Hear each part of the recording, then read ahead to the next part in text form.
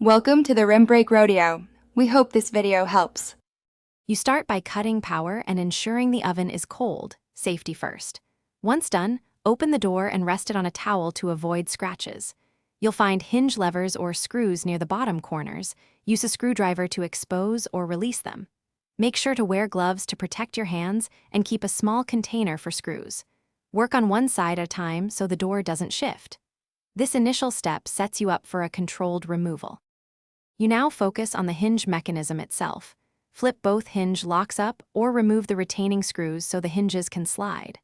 Once both sides are freed, brace the door with both hands, one under each side, and slide it straight toward you until the hinge tips clear their slots. Make sure to keep the door nearly horizontal so the hinges don't catch.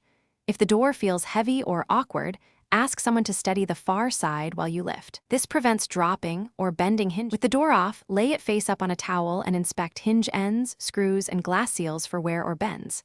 To reinstall, reverse the removal.